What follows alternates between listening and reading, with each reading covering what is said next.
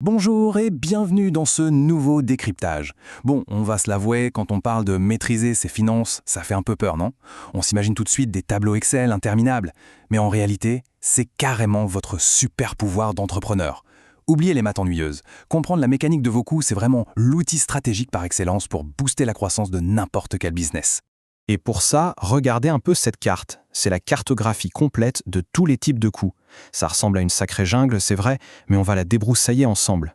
Le but ici, c'est vraiment de capter comment ces dépenses se comportent au jour le jour, et surtout, comment elles vont littéralement guider vos prochaines grandes décisions. Alors, comment on va procéder? On a un plan d'attaque en 4 étapes très simples. D'abord, la structure des coûts.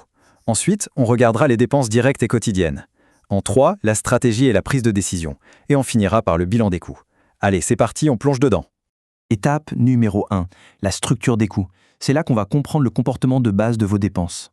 Bon, c'est ici que se joue la base absolue de votre rentabilité. Faire la différence entre ce qui bouge et ce qui ne bouge pas. Imaginez que vous ayez une usine qui fabrique des meubles. D'un côté, on a les coûts fixes. Eux, ils sont têtus, ils ne bougent pas d'un poil. Que vous fabriquiez une chaise au 1000, le loyer de votre entrepôt restera exactement le même. De l'autre côté, vous avez vos coûts variables.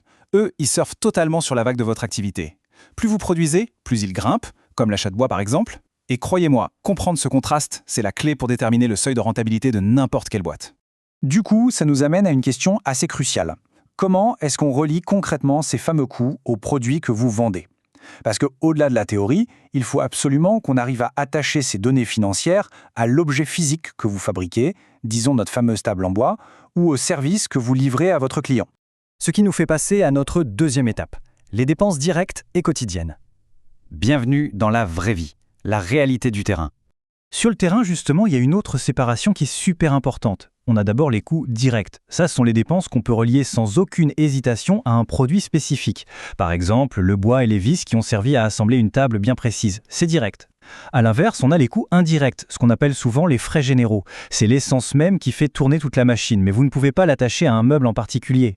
L'avantage de bien séparer les deux, ça vous permet de calculer votre vraie marge sans qu'elle soit complètement faussée par, la facture d'électricité des bureaux de la compta. Et au cœur de cette réalité quotidienne, on tombe sur les coûts d'exploitation.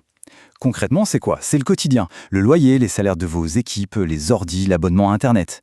En fait, c'est le battement de cœur financier de votre boîte. C'est toutes ces factures régulières qu'il faut absolument payer juste pour pouvoir ouvrir les portes de l'entreprise chaque matin. Bon, maintenant que notre carte de base est bien claire et qu'on connaît nos coûts, la vraie question c'est comment s'en sert pour faire des choix qui ont du poids. Parce que juste suivre ces dépenses sur un tableau, c'est un peu passif, non? Le véritable pouvoir stratégique, c'est de les utiliser pour piloter et vraiment propulser l'entreprise vers l'avant. On passe donc à l'étape 3, la stratégie et la prise de décision. En gros, on va ouvrir l'arsenal de l'entrepreneur. Alors là, attention, on aborde l'un des modèles mentaux les plus puissants du monde des affaires. Le coût d'opportunité. Ce n'est pas de l'argent qui sort physiquement de votre compte en banque, pas du tout. En fait, ça représente le profit que vous perdez en choisissant une option plutôt qu'une autre. C'est cette tension constante entre le chemin que vous prenez et la récompense que vous auriez pu avoir sur le chemin que vous avez abandonné.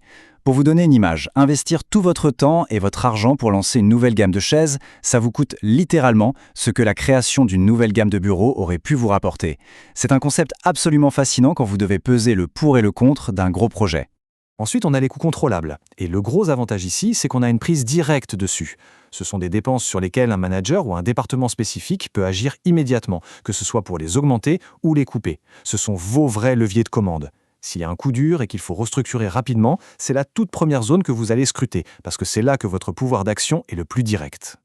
Et si on parle de croissance pure, le coût marginal, c'est votre arme absolue. C'est quoi? Ça mesure très précisément l'augmentation de votre coût total si vous décidez de produire juste une seule unité en plus. Pourquoi c'est si indispensable? Parce que c'est exactement le chiffre qui va vous dire s'il faut accélérer la cadence de l'usine ou pas. Si fabriquer une table supplémentaire vous coûte beaucoup moins cher que son prix de vente, bingo, passer à la vitesse supérieure est totalement justifié.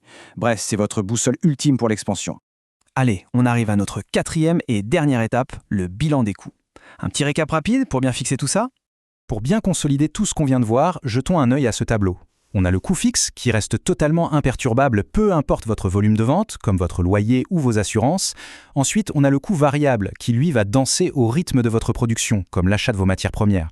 Et enfin, on a le coût réel. Ça, c'est la réalité pure et dure, sans filtre. C'est le montant qui est concrètement sorti de votre poche à la fin de la journée, la vraie facture que vous avez payée. Gardez toujours ce petit tableau de bord en tête, il est super pratique. Et voilà, on touche à la fin de ce décryptage. Mais avant de se quitter, j'ai une petite question pour vous, un peu provocatrice. Maintenant que vous avez cette vision globale ultra claire sur la nature de vos dépenses, quel est le coût stratégique que vous allez optimiser en tout premier aujourd'hui ? Est-ce qu'il vaut mieux serrer la vis sur vos coûts contrôlables ou bien prendre le temps de calculer un énorme coût d'opportunité avant votre prochain lancement ? En maîtrisant ces concepts, votre analyse financière devient pour de bon votre meilleur atout stratégique. Merci beaucoup d'avoir suivi cette plongée avec nous et on se retrouve très vite pour décrypter de nouveaux concepts.